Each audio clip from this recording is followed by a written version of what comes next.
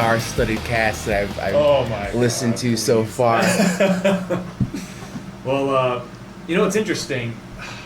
I feel like we kind of almost started at the same time, but I know you definitely came from a culture of this before I did. At least as far as I'm aware, you had a little crew of guys. You guys were doing, as far as I can tell, Muay Thai. Yeah, the old basement fights and stuff like that way back in the day. So that's where, pretty much where I started from with Harley, and trained in a basement with Harley for a while. Did some basement fighting, and then he convinced me to come down to the gym one day, and pretty much never left from that. It's funny because when you think about it, when we all started back then, it's like there was a lot of I think it's typical how most people start, where they start, and it's a lot of squeezing, it's a lot of grabbing and squeezing, it's a lot of red holding breath, red faced, white knuckled, just adrenaline filled gripping. And it's funny because I think, well, at least for us in our case, we at least had Matt to kind of he was 4-strike blue belt at the time. Kind of showed us the way. Yeah. Or I think in other schools, if you start out, you have a lot of knowledge already there, just as your base, as your standard. For us, it was Matt's still learning too at the same time. But God so it bless was him. instead of having the floodgates open all at once, we had a nice controlled flow. So whatever Matt was working on at that time was the same thing that we were working on at that time, or anything of that nature. So we never got too much of anything. But it was always just enough, something to keep us challenged, and especially Matt being so talented in the first place, and then having the concerns of having watered down jiu-jitsu from being an underbelt or not a black belt. Period. He just always tries to keep that super high quality. So he always made sure he managed us pretty well. Yeah, I think that especially for him, for his teaching technique, he was teaching the basics a lot, which I feel and I think you'll agree that you can never get enough of that stuff. Absolutely, yeah. So there was always a lot of hyper focus on that stuff, which I think was beneficial for all of us. Yeah, and absolutely. And you could tell, like you said, he when he would be working on stuff. I remember when he was first teaching us the headquarter positions, and he was I forgot who he's talking to. It might have been I can't remember, but they were talking about, I'm doing this and this, and he was listen, you can't compare, you can't start trying to teach people this. How many hours do you have doing this position? Didn't say anything. He goes, I've been doing headquarters for 90 hours at least before I even thought about teaching it to people, and I'm still trying to and just hearing that, I was like, oh my God, he's really... Yeah, he's dedicated to what he does, and he does not want to offer a bad product, so he makes sure that he knows his stuff before he even offers it to us. Mm-hmm. Yeah, so we get kind of the background on, we'll get into more of the jiu-jitsu stuff. What about you? I want to know about how did you grow up? How did you get into the fight game? Tell me about you. Yeah, so growing up, I grew up in Paterson, New Jersey, pretty rough ghetto town. Didn't stick around too long. I moved when I was 6. Pretty dangerous area. It turns out that my kindergarten principal got shot outside of my apartment complex. So my dad was like, you know what?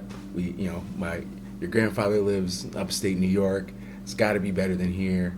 We'll make the trek. So then I moved to the lovely little town of Jefferson, New York, out in the middle of nowhere. And that's pretty much where I grew up, in a little tiny little farm town.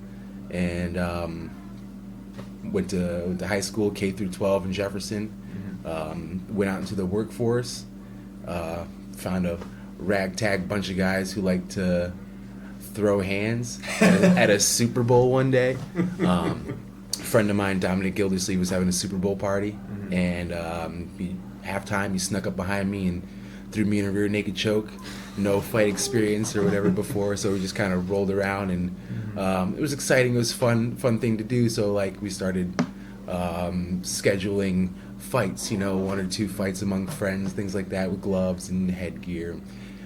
MMA was illegal at the time, so we tried to make it as safe as possible, with Amazon headgear, and we buy those UFC training gloves from Dick's because we thought we were cool. Those the 4-ounce, tiny, super tiny, packing foam gloves. They're ridiculous. So what year is this? Oh, this is roughly. Man, I want to say 2009, 2010, somewhere around there. Oh, okay. Yeah, it was a while ago, like almost 10 years 10 ago. years ago, yeah. So that actually, small town, that got a little bit bigger than we ever anticipated, because you get people who think they're tough and they want to show you they're tough. So we'd end up, it went from a couple of friends scrapping around to like having like a 16 fighter card in a basement of a double wide, you know. Wow. So this is like, so you went from, okay, big jump there. So you went from just having like friends, it spread through this small town of Jefferson. Yeah. Well, no, not even Jefferson. We were in Sydney at the time. Oh, Sydney. Okay, Sydney. Yep, because this is later in my life, and my friend Dom, he lived out in Sydney, so we're out in Sydney, trying to be quiet, inconspicuous, and of course everyone knows the first rule of Fight Club, but they never follow it. Yeah. So you're not supposed to talk about it. Everyone talked about it. Everyone wanted in, and we didn't have the heart to say no. So, like I said, next thing you know, we got 16 fighter cards in the basement of a double wide. Naturally, it's 16 fights, so it's 32 people.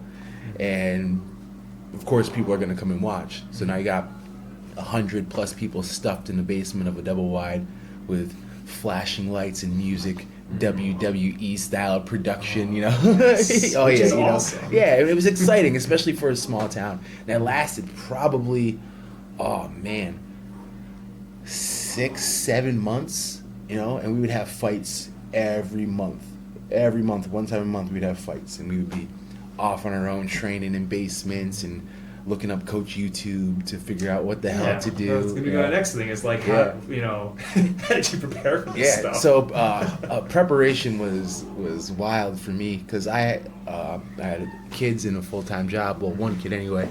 So I'd work at the bank until like 7 o'clock at night, and then when we was done at the bank, I'd drive out to my friend Harley's house out in Cooperstown, a little further than Cooperstown.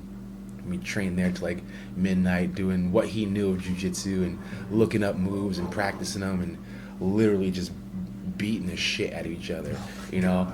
Like we're soft, we gotta be hard, we need body conditioning. So like we're beating each other with like broomsticks wrapped in twine, and he had this thing where it's like just this giant mound of BBs that he duct taped the shit out of to a piece of 2x4, and we would like throw elbows and punches to the BBs, and literally just like old school. You would think like karate or Thai fighter, like body hardening in his basement, and that's pretty much what we did for a while.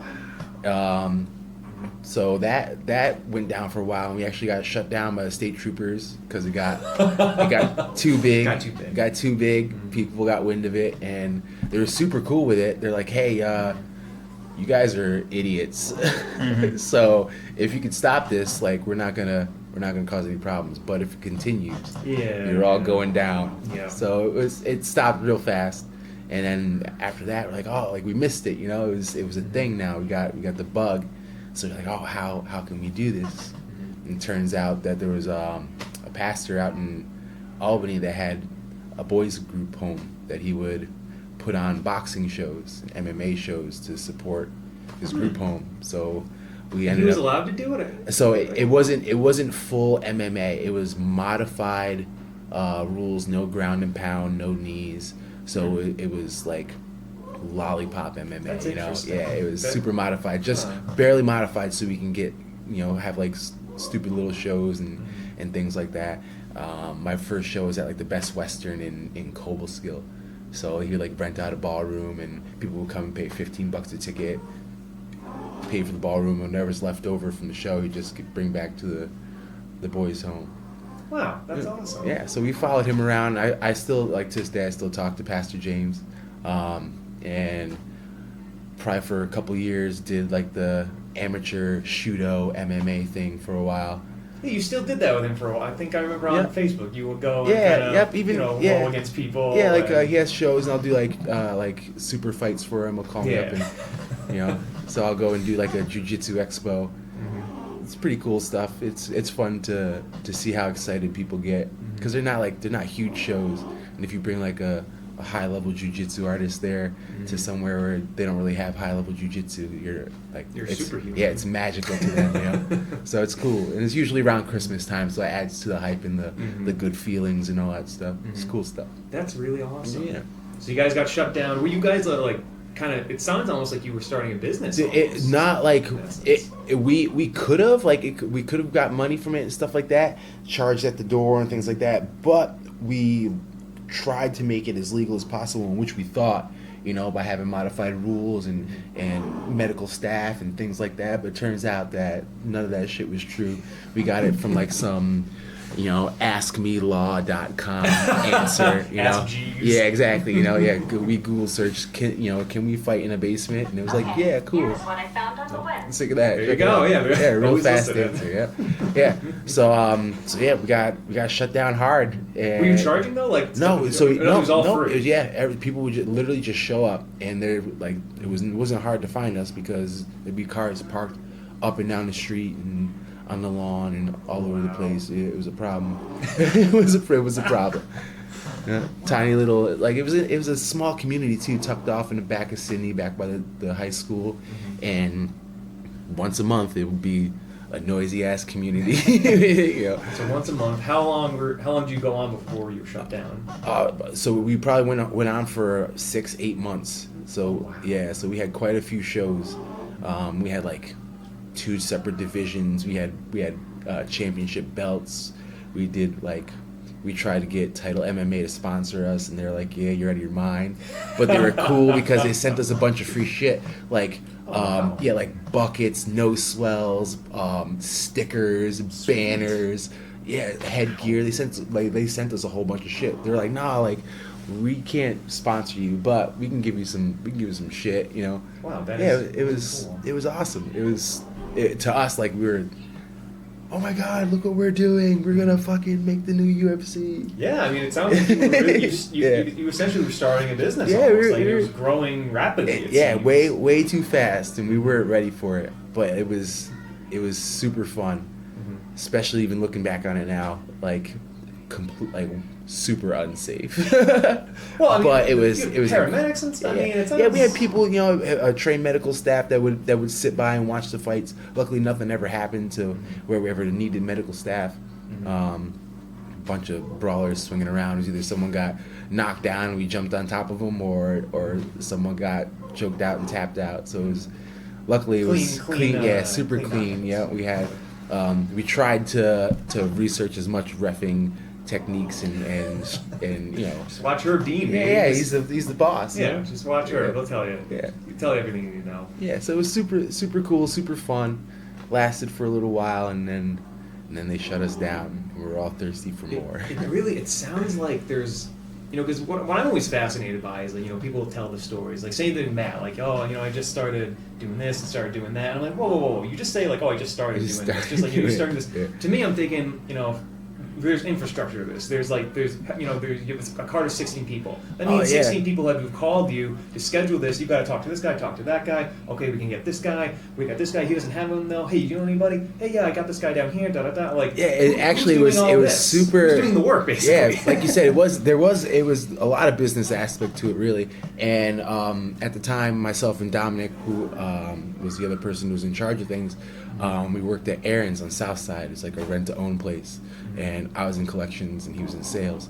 We weren't very busy all the time, so like we just sit in the office and handle business, you know, make the cards and match up who we thought would be good fights. So we were the matchmakers, you know. We would make the deals in between people, and sometimes people have beef, so like, you know, some people, you know, so we'd have them talking shit back and forth to each other and whatever, just making the show and planning the dates. When can you guys be here? All right, this is the most common date you can be here. We'll be here. Setting up, like, we didn't want anyone to get hurt, so we set up training sessions for our fighters. You know, so like we were fighters ourselves, but we were like, all right, we don't want Joe Schmo getting his face punched in next week. We need to bring him in and show him some groundwork and show him at least how to hold his hands up and defend himself, so he doesn't really get messed up. So things like that. We all handled, like, we all had a little bit of part of it, but mostly me and Dom just took care of everything. Wow, that's incredible. So you have the fight game. You get out. You're thirsty for more. About what time? What's the time period between kind of going back into the underground and then owning? Oh, this time, well, I wouldn't even call it that. It's a mat at the Taekwondo school. So I would probably say around 2000, the end of 2010 to 2012. Yeah. I had like an amateur MMA or amateur Shudo career with Pastor James, and that's like the blank in the resume. You know, I kind of just trained with Harley in the basement around and just followed Pastor James around the Blackthorn Resort in Catskills and like all over wherever he put on these shows, and just slug it out and fight. And how many times did you compete actually in this? You were a fighter in this. Yeah. So altogether between the Pastor James fights, my amateur Shudo, and the Basement Fight Club, I had 15 fights. So I had 15 fights. I lost 2 of them, which were in my more professional, air quotes, career. Because even as I went on with Pastor James, you know, my talent started slowly surpassing the talents of the people he had at his shows, just because I took it seriously. I was trying to perfect the craft. I like to make sure if I want to do something, I'm going to be able to do it and do it well, the best of my ability. So that's what I was doing. I was researching as much as I could, training as much as I could with Harley, and I'm naturally athletic, so it just kind of built on, and I learned fast. So I started looking for like real amateur cage fights, and I had 2 of them. One of which I lost because I didn't know how to cut weight, and the other one I lost because I just got caught in a stupid position and got my ass rear naked choked. So then that's when I kind of backed out of the MMA thing. I was like, you know what, like, I'm kind of sick of getting hit in the face. I work in a bank now. You know, trying to sell checking accounts with black eyes is tough. So Harley just begged me, dude, you gotta come down to Onyana Jiu-Jitsu. Like, nah, I'm not doing that, man. I don't roll around on the ground with guys. I'm a face. That was you? Yeah, that was Really? me. I was that guy. You didn't like the ground game? I wasn't interested in it. striking? Yeah, because I was like, if I'm gonna be on the ground, I'm only gonna be on the ground for a couple seconds because I got these hands. You know, I was that guy. I'm not worried about it. He's like, nah, listen, you'll come, you'll love it, it'll be great. It's a great addition. And don't get me wrong, I love the grappling with Harley. I just wasn't as interested in it as I was learning how to hurt someone, you know, with the stand-up game, what everyone wants to learn. The real men do. Yeah, exactly. Men. What the real men do. Yeah. So one day he's like, just come to open mat, and I could only come to open mat because I worked till 7 o'clock anyway. I couldn't catch any classes. Open mat started at 7:30. So by the time I got down to the gym, open mat's going on. Popped around for a couple open mats and things like that. The first person I ever really rolled with was Muga, and he fucking put it to me. Like, even a fresh white belt Muga, he's Muga. He's big, strong, athletic, and he just mauled me over. And like I said, I thought I was the man. So that made me mad. I was like, nah, like, I can't be bad at this. So then every open mat I could possibly attend, I showed up. They never charged me a mat fee. I'd show up in my bow tie. Sometimes I wouldn't even have time to, like, I wouldn't balance at the bank, so I'd be late. I'd go to open mat anyway and roll in like a button-down shirt and suspenders and a bow tie and my dress pants. I just shoot my dress shoes off, and Ben's rolling in business attire, like literally whatever I had to do. And once I got the jiu-jitsu bug, which that's where it really started, I had met Heather, my significant other, and she bought my first gi when we were still down at the Taekwondo place, and paid for my first classes and things like that. So now you have an excuse to go. So now you have to go. Exactly. So now I have to go, and then that was like the beginning of the end. I started classes 3-4 days a week, and then literally just never stopped going. Sounds about right. Yeah, that's it. Yeah, I remember my first class. It's funny. It was I had always been kind of interested in it. Like I'm not one of these guys like most people have kind of the same story. They saw Royce Gracie in the UFC, he's beating everyone up. What is this magic that he's doing, killing everyone? Yeah, right. I didn't see any of that stuff. Neither did I actually. Oh, okay. Yeah, so I'm in the same boat. And when I got attacked at the Super Bowl party, or way back in the day, like I didn't really know what to do. But like me and my brother used to watch WWE, and we wrestle. Stone Exactly. Austin, Yeah. I always got a sense. So I had a sense that I know how to wrestle. Like in general, I know how to grapple around. Nothing fancy or how to hurt anybody for real. But I could put on like Saturn's rings. Put on a show. I know how to throw a sharpshooter. Right. So just wrestling around and stuff, and I never saw that stuff. So I almost wish that I was a little bit more exposed to it, so I could get into it a little bit earlier. But it just was never really around my area. Nothing really popular. Same here. I mean, I grew up in Delhi, New York, and there was the only thing close to that, because I always was interested in it. Like I think we all did karate when we were younger, but I think most of us dropped away from that kind of stuff. But I always wanted to learn some kind of self-defense, but there was really no opportunity to really do that. And I kind of, I couldn't have articulated it to you at the time, but like I didn't feel like the striking arts were the best for that, because there's this inherent kind of, I guess the limit is that you are only going to be over excessive. You can't like lightly knock someone out. Yeah. That's it. It's all or nothing. Yeah, exactly. Yeah. So, and that kind of, it's not really what I was looking for. So the closest thing I could get was the wrestling.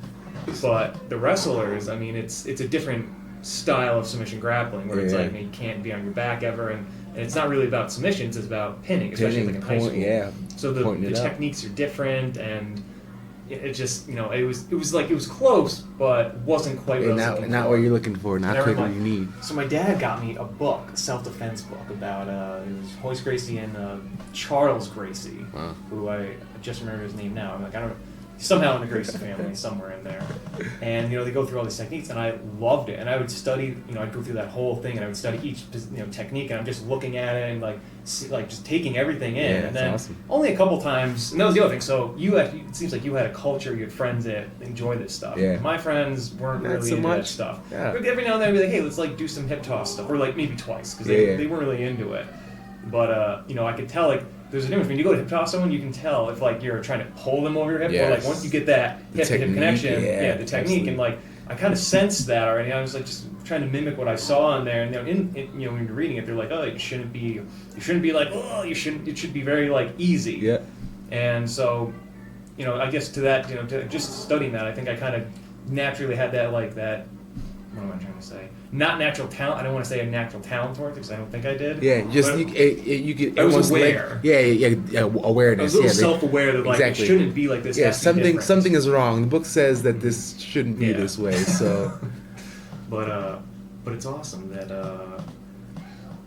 you actually had that kind of culture. Yeah, it was wild. I didn't really I never really expected it, because we never really wrestled around or anything like that. I haven't wrestled around my friends since I was like in high school. So we're a little older now. Yeah. Now it's like we're gonna roll. It's like, well, why don't you come down to the gym and also I'll say people now, like my friends now that have been training a long time, they're like, oh, I'd grapple with you, but I'm not gonna do that. Yeah, I mean, I have the majority of my friends are jiu-jitsu people.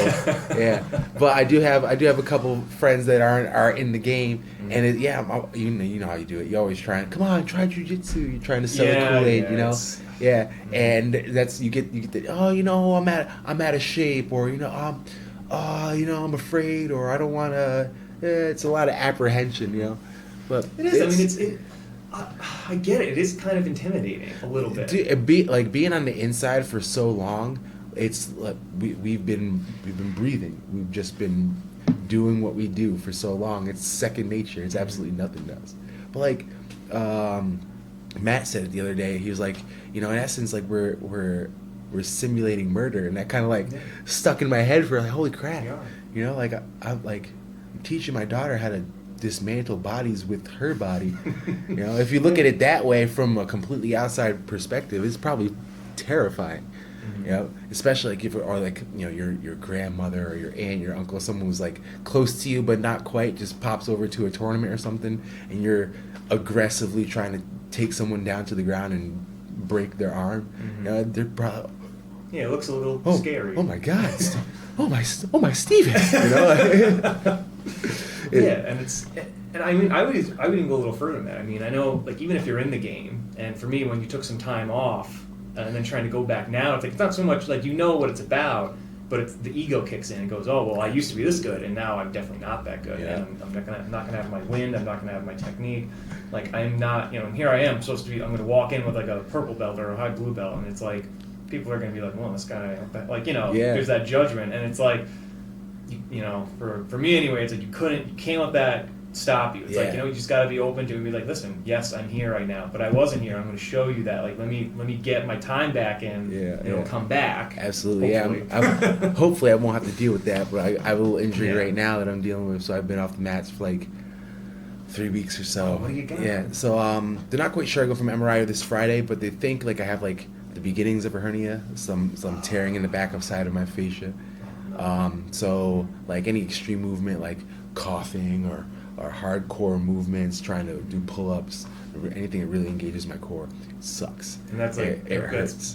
that's everything. The core is everything, actually, beyond jiu-jitsu. Absolutely, It's everything. yeah. And that, so like I do property management for work.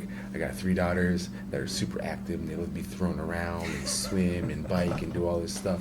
So like I don't really have an opportunity to give it the rest that it needs. Mm-hmm. So it hasn't gotten better over in the past 3-4 weeks. Actually, probably about a month and a half since it happened, but since I've been to the doctors, it just hasn't really gotten too much better. So I had an ultrasound, checked it out with the ultrasound, couldn't see anything, looked normal. So they got to go a little bit deeper with the MRI and see if maybe they can see where it is or what's going on inside, and I can get back on the mats. Yeah, It's take care of yourself. me nuts. I'm sure, and that's the thing. It's like it's that balance between like resting and like Absolutely. actually on the last podcast I did with one of my former lieutenants, that's what we talked about, and I was like, you and I have the same philosophy where we are about longevity in the game, Mm-hmm. where it's like we don't ever want to get to a point in our lives where we're too kind of whatever, we have some kind of pain that prevents us from training or like the will to train. I always want to be like have some movement left, have some flexibility left,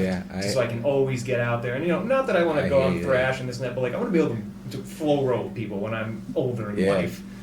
Yeah. So I have no problem. Like if I'm like, oh god, my knees twisted up or something, like take a couple of days off. Just wait till it doesn't feel weird anymore. And it's annoying because like I'll have a plan, and be like, all right, I'm going to train really hard this week, this and that. But it's like, I don't know. That's kind of my philosophy. I know, if you're a competitor or, you have that passion that's beyond, I guess, what I have, you're going to be like, tough, I'm man. going. Yeah, I find it really, really hard for myself just because I have that competitive drive. Mm-hmm. And we frequent like Grappling Industries tournaments, and they have like the rankings and smooth comp and stuff. So like I can sneak on to the rankings and see if I'm slipping or it's like, and once I found that out, like forget it, that made it even worse. Oh god. So it's terrible. But sitting on the sidelines and watching everyone, like it hurts my soul because I know like I want to be out there, and I know I'm missing time. I know I'm wasting time in essence. Like in my mind, I think if I'm wasting time, I'm wasting time. I know technically I'm healing, but I don't care about that. Whatever. I'm sure I'll be able to roll when I'm older. Yeah. If I keep rolling the way I'm rolling now, like I'll never be able to roll. But I don't care now. It's fun. It's exciting, and this is like jiu-jitsu it fits my personality. I feel myself as a very extreme personality, and sometimes like it's a little bit too much for the world. But my energy level and everything when I get out into jiu-jitsu, like there's no reins. I can just let it out. So like my personality, my energy, my character, whatever you want to call it, is just free to flow. So right now I'm kind of stifled a little bit, choked down, because I can't really be who I am fully. I'm just like a giant ball of energy. I feel that. I'm a giant kid trapped in a grown-up's body. Well, it's a good thing. What do you think you would do then if you didn't discover jiu-jitsu, if you didn't get that first class? Man, what do you think would happen? I really don't know, because I'd probably be still trying to do the fight thing, and if I wasn't doing the fight thing, it'd be some kind of sport, something to keep me moving. I was into weightlifting a little bit, not too much, but anything that's physical. anything that keeps my mind going and my body going at the same time. It, if I'm not like completely occupied, I get bored, and then like I kind of drift off and don't pay attention or whatever. So if my mind is engaged, like I'll be like fidgeting with something, whatever. If my body's engaged, I'm like looking off somewhere, not paying attention. Jiu-jitsu is awesome because I have to. If I'm not thinking, I'm not gonna be able to move forward or advance or defend myself intelligently, whatever. But at the same time, I have to defend myself intelligently. I have to advance. Yeah, I have to move forward. Like, yeah. So it's a perfect combination of both. It keeps me super focused, and it's everything that I need for my little quips and quirks. Yes, it's interesting because jiu-jitsu, very much kind of like wrestling and really any fighting really. It's unique in the sense that it's one-on-one. I mean, that in and of itself. I mean, all these other sports where it's team-based, the objective is, there's some aggressiveness, and, how do I say it? The point of most sports is not to make the physical contact. Yeah. And especially when you look at football, it's like they have all these paddings and this to and that. avoid it, to like some it's aspect. happen, but it's like we want to kind of mitigate it. I mean, there are exceptions. I can think of like rugby and things. Oh like yeah, that. absolutely. There's there's definitely exceptions. But again, team-based sport versus just one-on-one.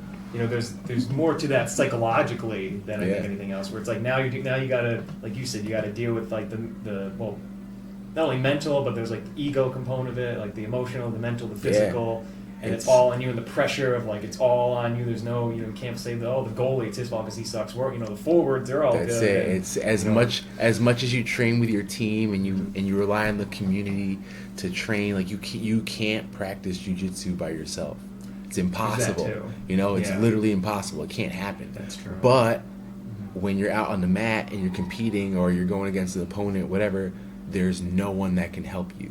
You're constantly surrounded by people to help you in your jiu-jitsu, but when it's time to perform jiu-jitsu, you're absolutely alone. Yeah, you're absolutely right. Yeah, you cannot get good at jiu-jitsu in a vacuum. Yeah, it's not gonna happen. It's not gonna happen. You get dummy work, whatever. You'll get good to some point, but you're gonna get capped because dummy bag doesn't hit back. Dummy's not gonna do anything. So you can watch Coach YouTube and learn the techniques, and you can even probably develop a pretty good game that way. But eventually, you're gonna cap out. You just need a different body, different looks, different angles. It's all necessary. So that's interesting. Yeah, you're right on that. I never thought of it that way. It's like in essence, the training is a team component. It is but absolutely. The competition is the individual. Every single time, it doesn't matter who's yelling at you on the sidelines because for all do you even know. Hear that? Like, so I used to not hear it, which was weird, and then like I feel as I got through my blue belt and I started competing more and more and slowly lost the anxiety of competing and being afraid and that white belt fear, even as a blue belt and mid through my blue belt, still having that fear, like just holding on to someone because it's the tension. There's someone across the mat who's literally trying to hurt me. That's his objective, is to hurt me, and I got to do the same thing. So you don't want him. Stay away.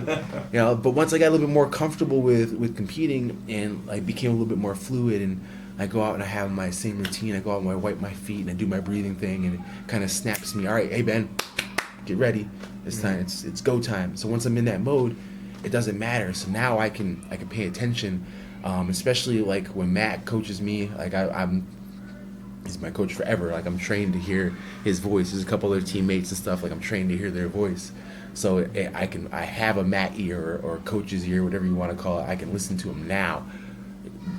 Before it was just Ben going. You ever see that movie Unleashed with Jet Li? They get me on the side of the mat and they just click, pull my collar off and let me go. There's no listening. Just watch Ben do his thing.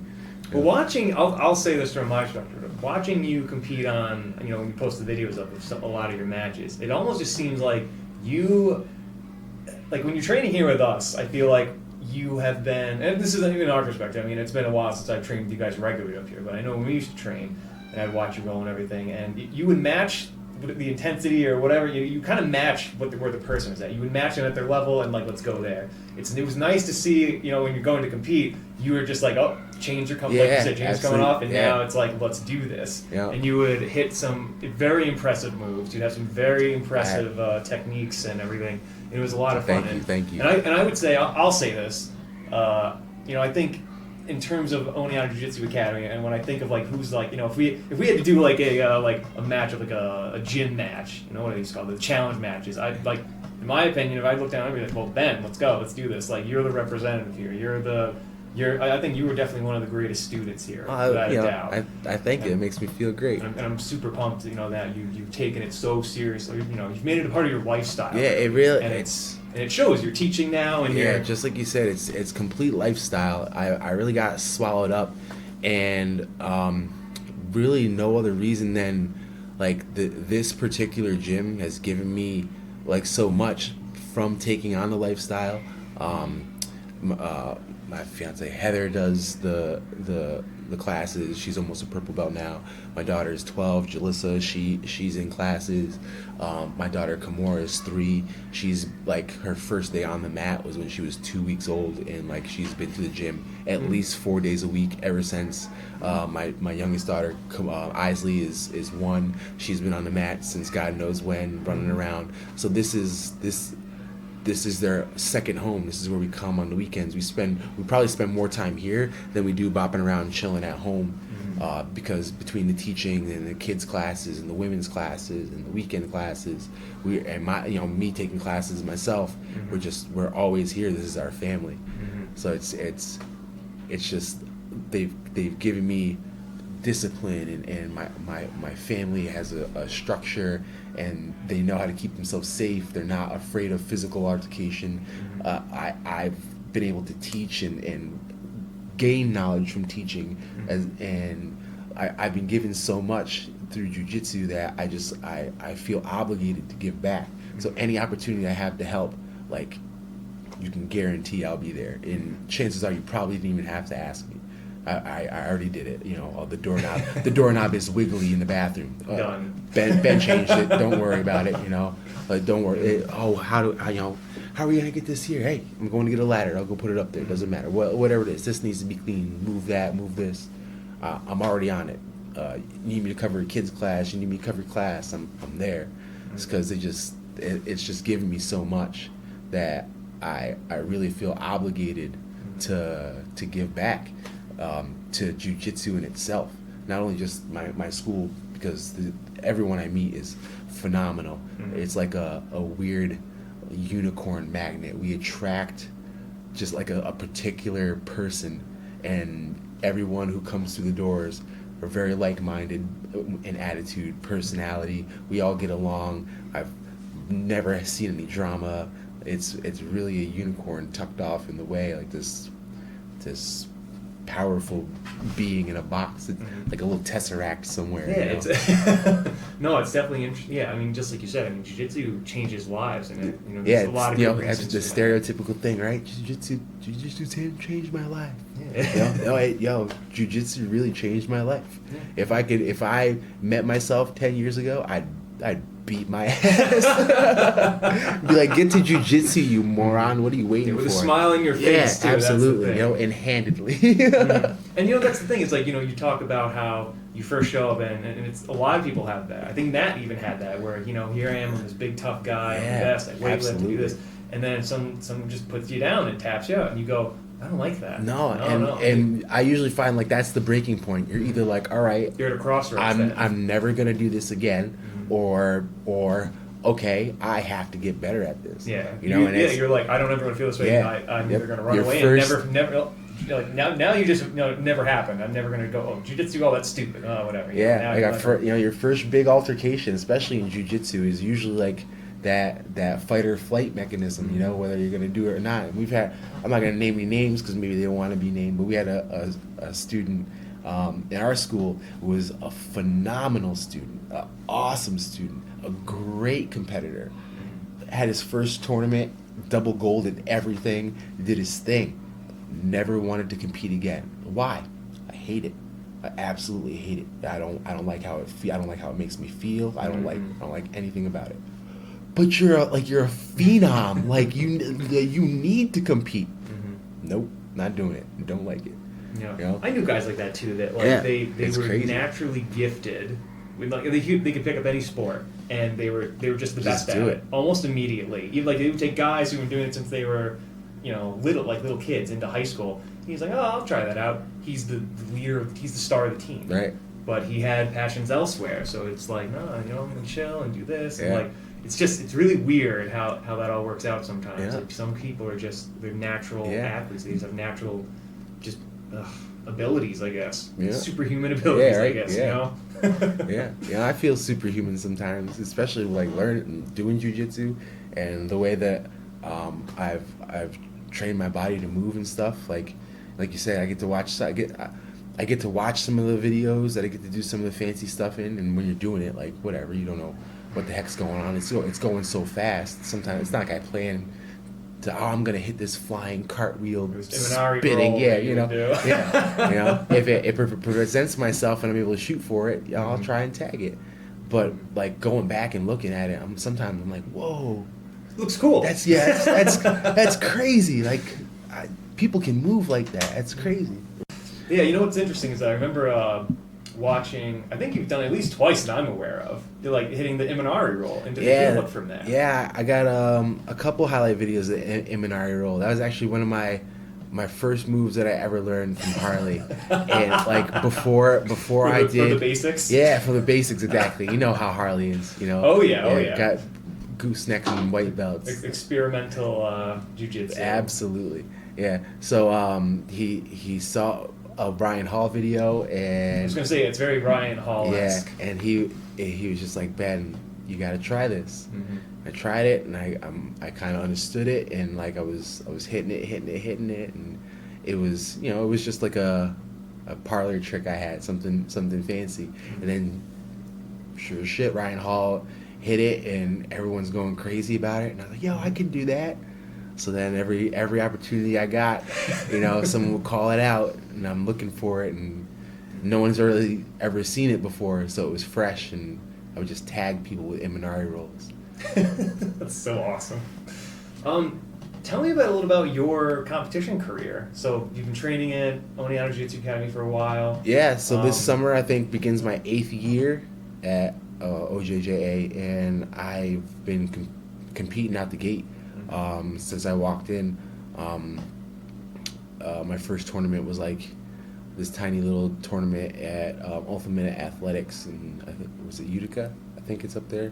And white belt went in, and I gotta say it was probably 210, 215 pounds, and when against a couple pretty big guys, but like I was just so excited. Like I said, my energy and my personality is just so extreme that I went in there and just mauled people. I was just so excited to just perform the craft. I just jumped on people like a Tasmanian devil all over, didn't give them a chance, just mauled all over them. I actually remember I slapped this kid's hand, slapped and bumped, and he towered over me. He was a big boy. And I just snapped him down so hard. I was so full of energy, and jumped on his back and rear naked choked him. He rolled over me, tried to flip me over. I rolled him over, sat him in my lap, and just rear naked choked him so hard. Match was like 35 seconds, and his dad comes running on the mat. What the hell is wrong with you? He's 15 years old. Yeah, but meanwhile, he's like 6'3", and he's in the 210-pound division. That's why. Well, what are you feeding this kid? Like, it was wild. So yeah, it was like my first competition, and even like to my last competition in Paterson, New Jersey for Grappling Industries. I feel like I've always had like the same game plan. It's a very reactive jiu-jitsu game. Are you reactive or are you proactive? So I like to be reactive, but I like to provoke a reaction. I guess can you call that proactive? I'm not quite sure. I think it's proactive because I think you want to you're gonna push them to make them yeah, be a certain way, and then when you exactly. see something you want, you're gonna go there. But, you know, I think you are being So, proactive. I I kinda, see what you're saying. yeah. You're setting stuff up. Exactly. I don't like to go and attack a grip or something like that, but I like to force you to make a mistake, so that way I can be one step ahead of you, and now you have to catch up to me. You know, Matt's always told us just a race of steps. You know, if I take the first step, You're you reacting. Yep. you have to react. And if I continually take steps, if everything goes right, theoretically I should be Assuming I don't make a mistake exactly. along the line. Yeah, if everything goes right, theoretically I should be the person to step over the line first. So I've always kind of just taken that and run as far as I can with it, and that's my game, man. I like to try and trap people. Kind of started off with thought I was the armbar king, going up into blue belt, and then got an epiphany with Kimuras, and I've just been rocking the Kimura trap system since then. And I'm just a hard competitor. People have a hard time keeping up with my energy and my cardio. I can roll for hours, I feel like sometimes, you know. And luckily, all that together with my athleticism and the great training through OJJA, I've had a very, very successful 6-7 years on the competition team. That's awesome. How many times do you think you have competed in the last 8 years? Oh man, Too many to count. yeah, man, a lot. I can't. I would probably say I've even taken like an 8-month stint where I didn't compete once or twice. So I would probably say on average I would compete 5-6 times a year, but like the first, like, I don't know, 4 or 5 years was like mostly Nagas and stuff, single elimination, so you don't get as many rounds. And then like since the past 2-3 years we found Grappling Industries, like you go to a tournament and you have 10 matches minimum. Oof. You know, and that's a small tournament. That sounds like a lot. Wow. It does goals. sound like a lot until you do it. Like once you do it all the time, it's yeah, it ain't no thing. Yeah, we actually, and luckily a lot of people here share the same mindset. Like we don't care about our medals. A lot of people go home, they hang their medals up at home, they hold on to their medals. We bring our medals home. They're hanging up in the ceiling from the gym. We don't care about our medals. We want more matches. More matches. Wow. You know, we have a perseverance award for the larger tournaments. Whoever has the most matches on the day gets $100. So you go to a Grappling Industries event and you sign up for absolute division, gi and no gi. You sign up for your own division, gi and no gi. So that's 4 divisions, you know. And absolute divisions are single elimination. So if you got a big division, you'll get a lot of matches. If you have a big division in your personal division, they're round robin, so you face everyone at least one time.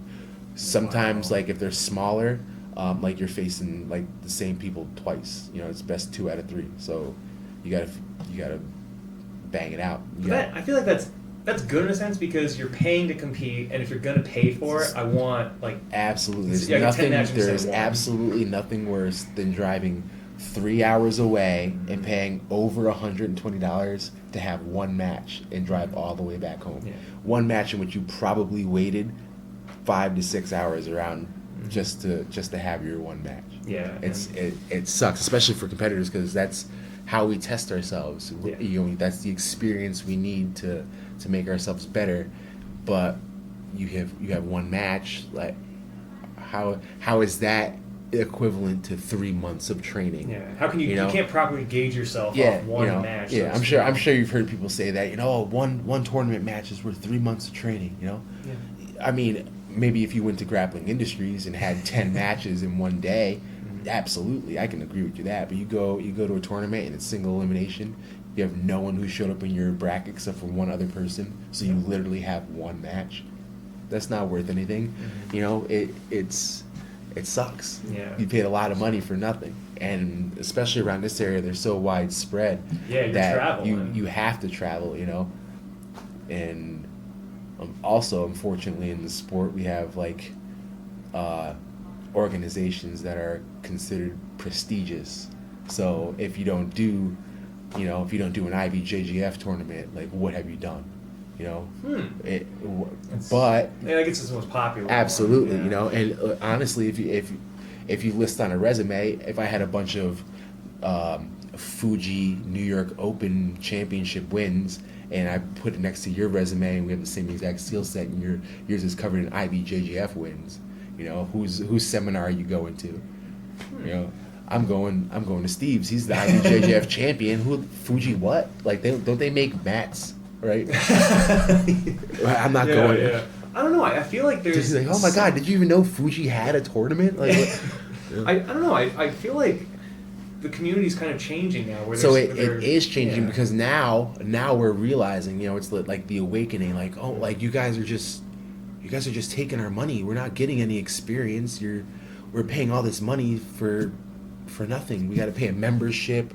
You know, Oh, I didn't know that. Oh, Well, before you get into that, I was just thinking that like it's different because the game with IBJJF is it's a points based system, It's a and point. and then if you bracket it like so you only have one match and like I mean the rule set I feel like people are very dissatisfied with. So that's not changing. only are the rule set, Yeah, you people know. are dissatisfied with the rule set because it makes jiu-jitsu is a contact sport. Like it's like taking like certain hits at a football. Then like what is the point?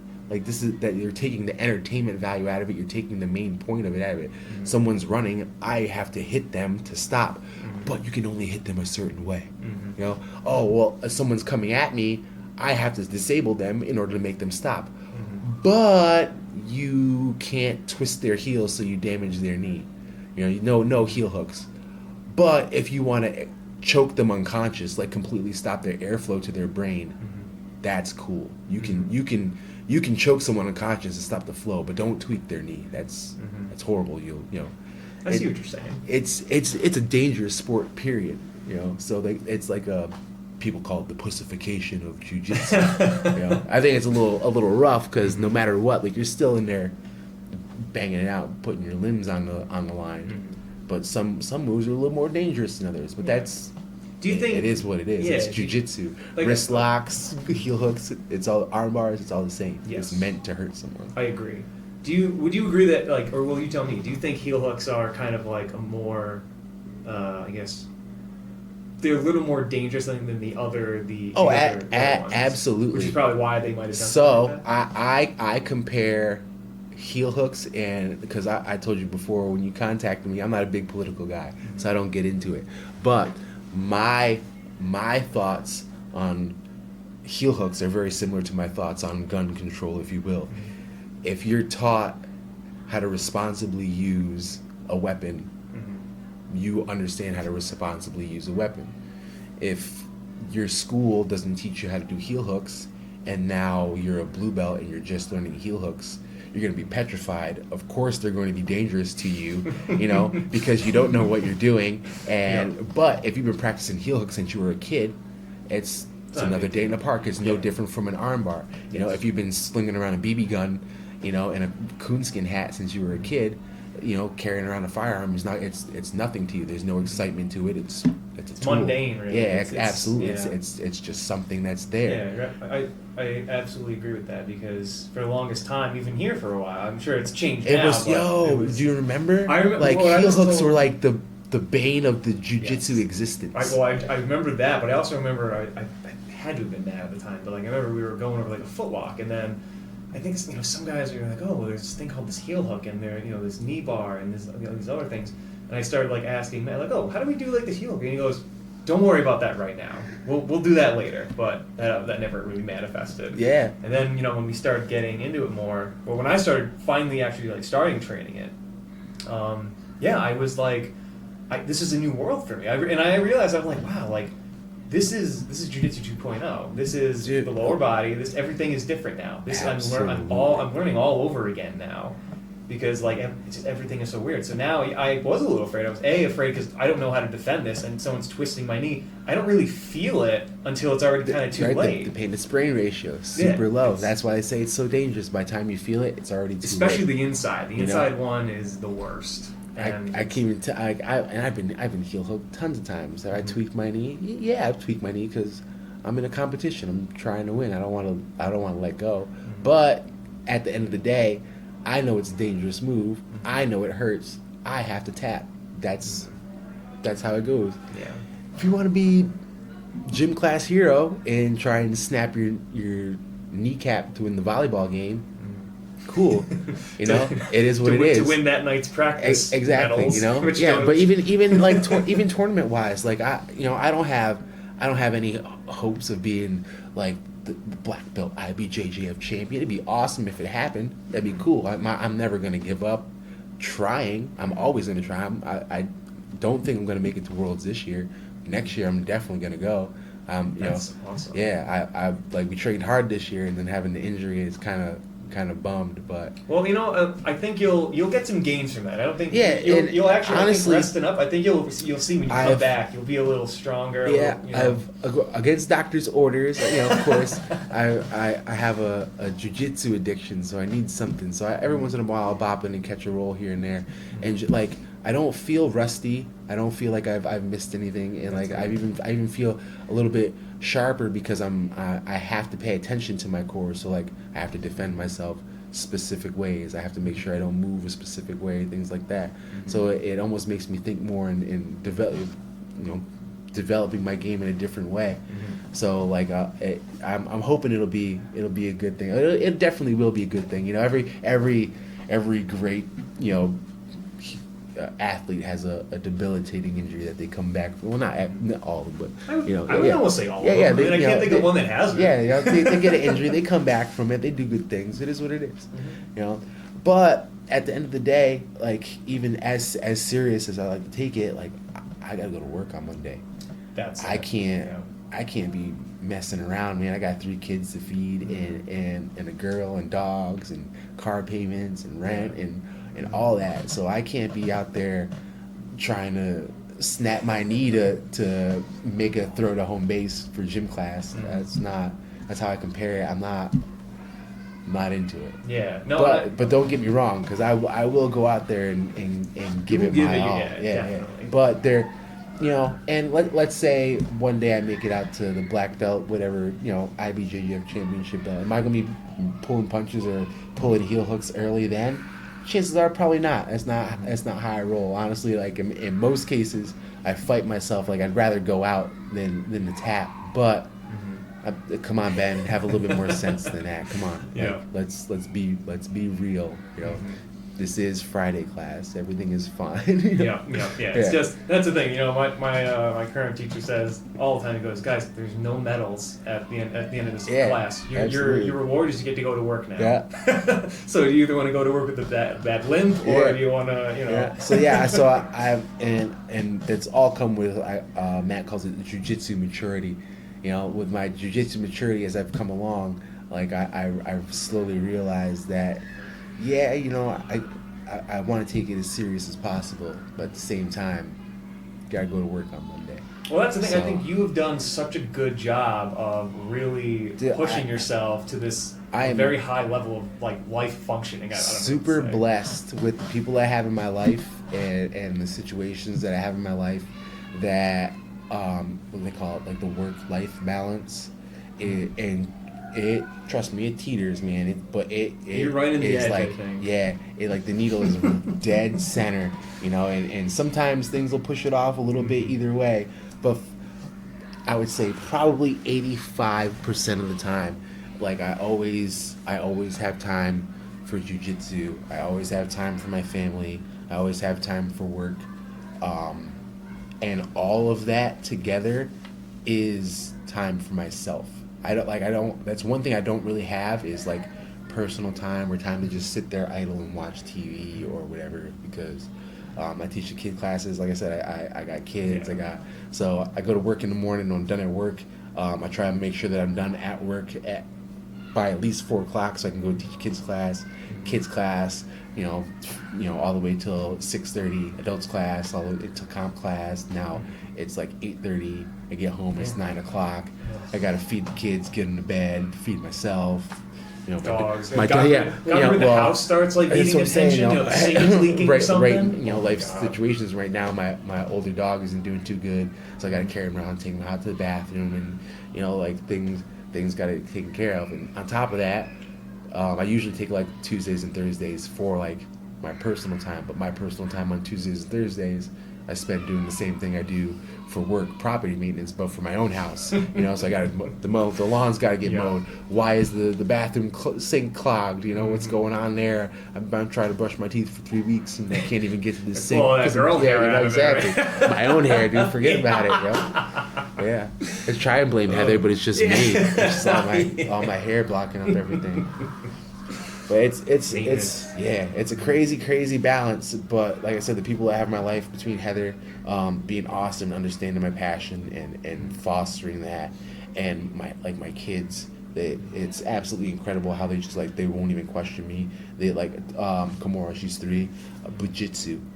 Dad, is it time to go to Bujitsu? We going to Bujitsu? Everything's Bujitsu. That is awesome. It's time to go to Bujitsu, Dad. You want to play Bujitsu?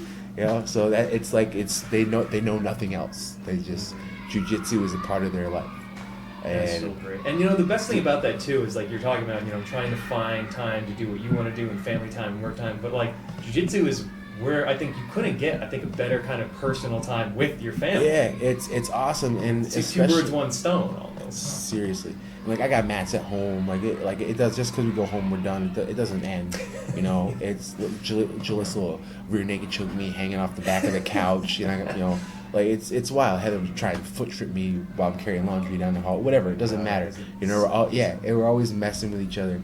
Or you know, Heather has a question. She's at a plateau and she needs a little bit of help. Roll out the mats in the garage, and you know, Jalissa is having a boring time or whatever. All right, let's go to the garage, throw around some jiu-jitsu. Or yeah, honestly, there's even been times where like I'm just like, hey, you guys want to go play?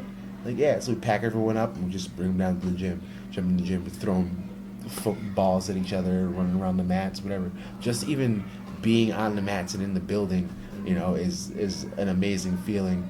So it really this whole place that just fosters such a family community feeling that like these people are my family. Anything that anyone ever needs, if I need something or someone else needs something, someone knows something to take care of it or knows someone to take care of it. Mm-hmm. No one needs for anything. Everyone has everything they need. And if they need something, someone else has it and they can give it to them. And they're willing to give it to them. Yeah, and like that's, you know, yeah. And it's funny because like I think Matt kind of started this in roughly, you know, 2012, you know, fall of 2012 yeah, or something like that. I believe. And here we are almost a decade later, roughly. And it's like, you know, even then, I would say we didn't interact too like super all the time. Like, you know, you guys were competing, and I was kind of like in my own world, like traveling the city and stuff. Yeah. And like, but like, even though we kind of had limited interaction, I still feel like I have like a bond with you guys. Like, I do consider you guys a part of this like jiu-jitsu family that I have. It's like this incredible, super powerful thing. It's awesome, and we like this gym touches people. You know, and once you're touched by it, like you just like it's something that lasts with you. And I've heard it. I've never experienced it because this is literally the only gym that I've ever frequented. But people say who come here, like they leave and like they're missing something. It's not the same. It's never the same. Yeah, I will attest to that. You know, as someone who was here and then left, I did not want to leave the gym. Yeah. Unfortunately, life had other plans for me. Yeah. And I'm really blessed to have the gym that I'm at now. But it is. I mean, I've been to a couple different gyms, and this one is special. The one up here is really special. Yeah, it really is something special about it, Matt. Like the culture that he's grown and the people that we attract. It's always great. We've been so super lucky to have such an awesome thing. And I also feel like the greatest part about it, and I'm sure you can agree to this too, is that it never was really meant to be anything great. Like I'm sure you remember. It just kind of started as like a club just for training partners for Matt. Yeah, really. Yes. And then like he kind of just stumbled upon this amazing gym and business, and every person who came and trained and stayed like just added to it, and more people came and added and added and added. I can't really think at one point in the history of OJJA so far that there's been anything taken away taken away. It's just always added. Even when people leave, they always come back, and you know, there's bonds, and our web just grows and reaches out further and further and further. You go to tournaments, you meet new people. They like yesterday I was in Philly coaching the team down in Philly, and like, oh, where are we gonna get cheesesteaks? Oh, we're gonna go to Pat's. No, we're gonna go to Gino's. I'm like, no, listen, I went down to Philly and I met this dude. Let me hit him up. So I hit my homeboy Shaquille up. I was like, yo, Shaquille, where's the best place to get cheesesteaks? He lives in Philly. He's like, nah, don't go to Gino or Pat's, go to Max's, you know.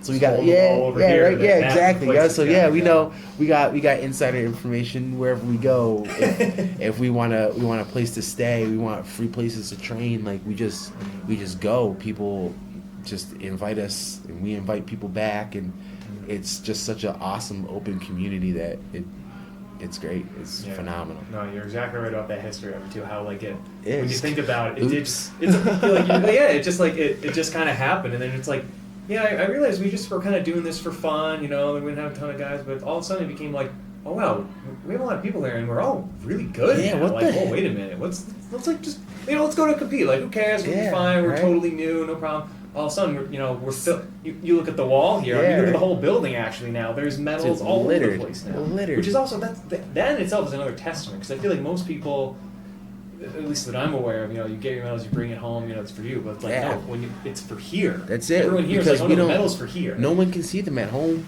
Mhm. Who can see it? Like I can see them every day, but I was there. I had the experience. I don't want to have the experience again. If I want to have the experience again, I'll go compete again. But when people come to the gym and they walk in and they see like the medals hanging from the ceilings, like stars just glittering in the sun, they get to whoa, It's cool. like they get to experience that, and like maybe it's not the same excitement that we had at that tournament when we got that medal, but they get a bit of that. They get to see, they can turn the medal over and see where, like, who did it, where it was from. A little bit. It's literally just a little bit of a history, our footprints of jiu-jitsu just hanging all around. It's awesome. Yeah, that is really cool. I want to jump back to, you were talking about the IBJJF controversy. Yes. I was saying that maybe the rules kind of sets are not good, but you kind of seem to have a little more in-depth information about it. So What's not your- only is just like the rule set, it's kind of weak, man. A little bit. They You're don't saying, like, the money, like, the or, mo- like- so the money game. Like they know they have a prestigious product. They're like the Nike of jiu-jitsu tournaments. The Gucci, like the designer. Everyone like, what are you wearing a Gucci shirt for? Because it's a Gucci shirt. That's why. Why? Because you want it. That's why. Why are you going to do it? IBJJF? Well, because everyone knows, like, if you want to test yourself, you're supposed to go to IBJJF. It's almost like the standard of quality for our sport. Like what bigger tournaments are there? You can go to IBJJF, or like you can go to Abu Dhabi's. Yeah, so how does ADCC compare to but IBJJF? dude, I feel like ADCC is crazy. Like the level of competition. For instance, like, and I'm sure that there's IBJJF events that you have to qualify for, but I don't think that you can't just go to an ADCC. You have to qualify. They're trials, I think, Yeah, right? yeah, absolutely. So you have to go to the trials and you have to qualify, and then you got to go to the qualifier and win or some shit like that, and then you get to go to Abu Dhabi. It's not just like, oh, for instance, like I said, I'm not trying to be a champion, but I can just sign up for the Masters Worlds tournament, and if I win the Masters Worlds champion, I'm Masters World champion. That's a big deal. I get to hold that title, and it is a big deal in the IBJ, even at black belt. But I didn't have to qualify for that. I didn't have to get a certain number of points. I paid $130 and signed up for the tournament, just like I did Naga. So I mean, the competition might be a little bit stiffer, but the process is exactly the same. It's a business model. Like, here you want Gucci, you come and buy Gucci. And you're not going to get Gucci anywhere else. You're not going to get Gucci from Naga. You're not going to get Gucci from wherever. So doing the IBJJF tournaments, it's almost like you need that prestige. You need that notch on your resume if you're going to be anything in jiu-jitsu. So people frequent that. Absolutely. But now, they of course, when there's a demand for something, and a small supply, you gotta dole it out for a high price. you know. So now we have it used to be only certain levels of belts had to pay membership. Like purple belts had to get their purple belt card because they're more professional. They're black belts, brown belts. You had to have a The certification, IBJJF almost, membership card, and $40 a year just to have for $40, whatever, no big deal. Oh, you're gonna compete anyway. It's $40. Yeah, well, guess what? I love to compete, and I got 3 kids, so scraping up an extra $40, $40, that's my gas for the week. I'd much rather get to work and make more than $40 and spend $40 on. Oh, it's only one time. I don't care if it's one time. It matters. It does. It does matter. You can say it doesn't. Oh, it doesn't matter. Yeah, chances are you probably have enough money to just buy it. Cool. If it doesn't matter, then it doesn't matter to you. But it does matter to people.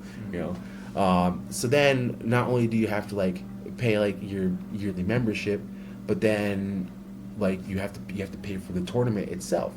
And to do just one division is $120. So that's on top. So what is the thing you were the $40? Yeah. So what does now, that give you? What value does that give you? It allows you to register for an IB. You cannot. So now it's all belts. It used to be just higher belts, and now white belt through black belt, you have to register and be an IBJJF member if you want to compete. So you know how many people there are in the world that compete for IBJJF? They just got $40 from every single one of those people for absolutely nothing. They were already going to the competition. You know what? We also made it a subscription service. Almost. Exactly. So now oh, you know what? How can we make a little bit more money? Well, white belts through purple belt, they don't pay for anything. If you make them pay, that's $40 a person. That's a big pot. All right, sure, let's do that. Done. Boom. Wow. Other than that, what's the real reason?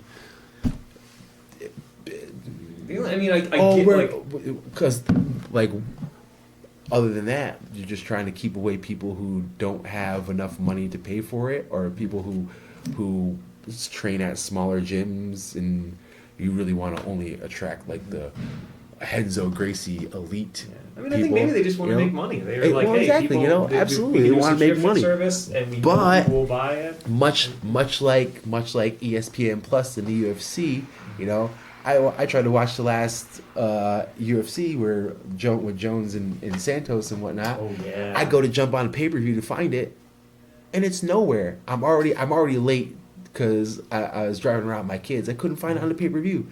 I didn't know that I had to go to ESPN Plus to I thought you just sign up right on UFC to go through them, I thought. Well, it's a UFCN Plus subscription. Well, I guess you can get a UFCN Plus subscription now, being that it's on. Oh, is it a part Plus. of ESPN? ESPN, yeah, okay. ESPN Plus. So now, and that's a subscription service, you can't just get the ESPN Plus channel with the rest of the ESPN. No, you got to pay. Oh, it's no big deal. It's $90 a year, and you get to watch all the UFCs you want. We got extra content, whatever. But I only wanted to pay $60. Mm-hmm. I didn't even want to pay $60 to watch John Jones beat up on someone I know he's going to beat anyway because that's what he does. I just wanted to watch the fights, see Amanda Nunes kick Holly Holmes in the head and go to bed before the John Jones fight came on. And I wanted to do that for the premium of $60. When I go sign up for ESPN Plus and it's $90, no, I'm not. That's $30 extra, and I know that Nunez is gonna kick Holly Holmes in the head anyway. And if I wait 3 days, it's gonna be all over YouTube anyway. Well, actually, you gotta do it the day after. Yeah, day after. What they do is the people put them on the day after, and then they start ripping them down. down. And then in 3 days, it'll be gone. Yeah. So you gotta get insider tips. That's what's up. That's actually how I saw the Jones fight. Shh. That's what's and guess what? You're $60 richer because that's all I wanted to see, and it's also you get. And I'm a little not that I'm bitter about it, but I think we were at a mutual friend's house, Christine's house, I think, watching. It was Ronda Rousey and Kat Zingano, I think it was. Awesome fight, but then you go, it was literally what 6 seconds. Yes, over. It's like. I mean, I'm glad everyone came over, but if I paid $60 to watch this myself, I'd be pissed. Yeah. So I'm sure at the beginning of the year, if I had planned to spend the $90 on ESPN Plus and just I can just turn on ESPN Plus and watch the UFC, whatever I want. You know, the pay-per-view's on. Hey, I'm gonna watch it tonight. I had no fucking clue. I don't pay attention to that stuff. You know, so I go to watch the pay-per-view and it's $90. Why? Because it's a premium service and you want to watch it, so you got to pay a premium price. You know, IBJJF, it's a premium service. You want a premium service, you got to pay a premium price. It's life. And you don't think they're providing any additional value? So for that? there is no additional value. If IBJJF wasn't such a prestigious event, they'd be no different from Naga, and no one would go to it. But I guess what makes IBJJF different from Naga is you stand in the bullpen by yourself, and they speak decently clearly on the microphone when they call your name, and they have black belt referees that stand there in suits. Other than that, it's a fucking jiu-jitsu tournament. You have stricter rules because you want to seem like a premium product. I'm gonna weigh you in right before you get on the mat, so there's no cheating. You know, I'm not gonna let you rehydrate. You just, you know, I'm not. So people do that in Naga sometimes. Whatever, you know, they'll weigh in and they go grab a breakfast sandwich and some water, and they gain an extra 5 pounds before they get on the mat. Whatever, it is what it is. But it's 5 pounds. Who gives a shit? Whatever. You know, we're gonna grapple anyway, and I'm doing an absolute division, so I'm gonna. It literally doesn't even matter. But so they it's smoke and mirrors. You know, they try and give you premium service. Well, they're gonna they measure your gi and make sure it's proper length before you go on. That would just be annoying to me. It is annoying. And I've seen when I went to the IBJJF Pan Ams. No, it wasn't Pan Ams. I forgot what it was because it was a gi event. I'm standing in Boston, as a matter of fact. It was Boston, IBJJF Boston. And the Boston Open. I'm standing there, and there's a guy in front of me who had like one more patch than was allowed on a brand new gi. He didn't even sew the patches on; they came that way, you know. And the guy was like, yeah, one of these patches have to go. And he's like, it's a brand new gi. He's like, if you want to compete, one of these patches have to go. And he had like a lapel patch right here, and he's like, what am I gonna like? How am I gonna rip this thing off? This is like this Brazilian dude grabbed the patch and ripped it off of his gi and handed it back to him and escorted him to his mat. That's powerful. You know, like if someone did that at a Naga tournament, there'd be a brawl. You know, but because the guy was standing there in a suit and a tie, and he speaks Portuguese, and he tells you that you're not allowed to do that, it means something. It's smoke and mirrors to add to the premium service. I'm still going to get one match. I still sat here for 5 hours waiting for my one match, and I still spent over $130 for my one match that I waited 5 hours for. In addition to paying your subscription. In addition to paying the yearly, the yearly subscription for, you know, and then when you have to register, it's a one-time fee of $35. Well, of course, for processing. It's got to process it. You know, these things are expensive these days. It takes a lot of money to pay one person to click approve on all these. Well, it's funny because I see that when I pay my local taxes, it'll be like, well, you can go online for your convenience, and you have to pay a convenience fee. I go, isn't that that's the point? Yeah, that's to make it easy. It's easier for you too. It's not like I don't. It's actually for your convenience. You know? Yeah. So, what are you gonna do? What are you gonna do? Exactly, and that's the thing, and that's where people have the discourse. Some people are like, "Yo, fuck that! I'm not doing IBJJF anymore," and some people are like, "It's IBJJF. What are you gonna do? Just do it." So then you don't go and you don't have it on your resume. So cool, your choice. It's up to you. So of course, I paid the $40 for my stupid freaking registration membership or whatever, and $35 registration fee, and had to contact Ricardo and Phil Migler-Reese, the overseers of Team Balance, for official documentation that I am a Team Balance purple belt. And so you got to go through all this extra stuff to pay all this extra money to have the same amount of matches at Naga, and chances are, being that they're in the same areas, I'm going to see the same exact competitors. That was going to be my next question. So I feel like I can't even tell you how many times I've gone to different tournaments and literally just I almost said cleaned up, not to be a jerk, but like cleaned up the same divisions in a Naga tournament as I did in like a Grappling Industries tournament. But instead of in the Grappling Industries tournament, I had 13, 15 matches at Naga. I faced 4 guys one time, and that's the end of the day. And that was that's 2 different divisions. I had 2 matches in 2 different divisions. And you're talking like a 6-man bracket. Some people I didn't even see. So Yeah, it's wild sometimes. it seems to me like, you have jiu-jitsu itself, small community relatively speaking. A smaller division of that is the competitive community. So and then among those now you have like the elites and this and that. So when you go compete to all these places, are you seeing basically the same guys you see all the time everywhere? Yeah, like I every time you go to a tournament, at least in my experience, you're guaranteed to see at least 2 to 3 people that you've seen somewhere before. Like, you're not gonna walk in the door and someone's not gonna be like, "Oh, hey, Steve's here from Oneonta. Hey, Steve, what's going on, man? Good to see you. You're gonna be competing today? Yeah. All right, good to see you, Nogi." Like everywhere we go, it always happens, always. So yeah, I mean, maybe the bigger prestige tournaments will bring some bigger names or some more people from a little bit further, but still, like, you're trying to tell me someone's flying over here from Czechoslovakia to do the IBJJF, Pan Ams? No, not happening. You're gonna reach outside of New York and like maybe to Massachusetts, to Boston, and up the coast a little bit, but that's about it. Yeah. Because it's just the New York Open. Yeah, I mean, people do the New York Open, and that's usually one of their bigger tournaments. But it's not like it's the IBJJF Masters where people are actually flying in to do the Masters and things like that. Because that's when you get that on your resume, that's the crowning achievement. That's when you can start charging extra for your seminars. And honestly, like at the end of the day, like, we compete.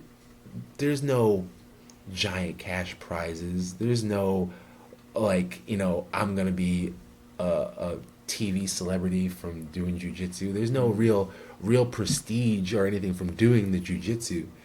It's your accolades and things that you've done in jiu-jitsu that provide you with that, like putting things on your resume, so that way now I can charge more for seminars, or having a star-studded resume so you can go to a different school and teach, and now I can get a little bit more money because I've done all these things. And so that's I can't say that's what you do it for, but your achievements in jiu-jitsu drive what you can do outside of jiu-jitsu, because there's no I'm not getting any underwear deals from yet. Listen, Hanes, holla at me.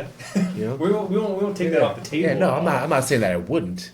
Absolutely. Yeah, Coca-Cola. I mean, they haven't tapped into this yet. They're probably looking for a star. For real, they got the pockets for it. I drink plenty of Red Bull.